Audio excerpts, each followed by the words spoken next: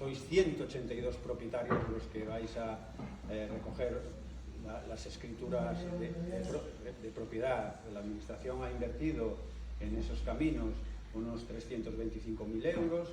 Realmente hablamos de 7,1 kilómetros de caminos que realmente trajo consigo un antes y un después de lo que era la realidad antes de hacer la concentración y la que hay hoy en día. La verdad es que es la culminación de un proceso, quizás el momento más emotivo, porque siempre el momento que se entregan los títulos de propiedad es el momento en el que espera la gente, ¿no?, para finalizar un proceso que suele ser largo, tedioso, porque además son procesos muy rigurosos porque afectan a la propiedad.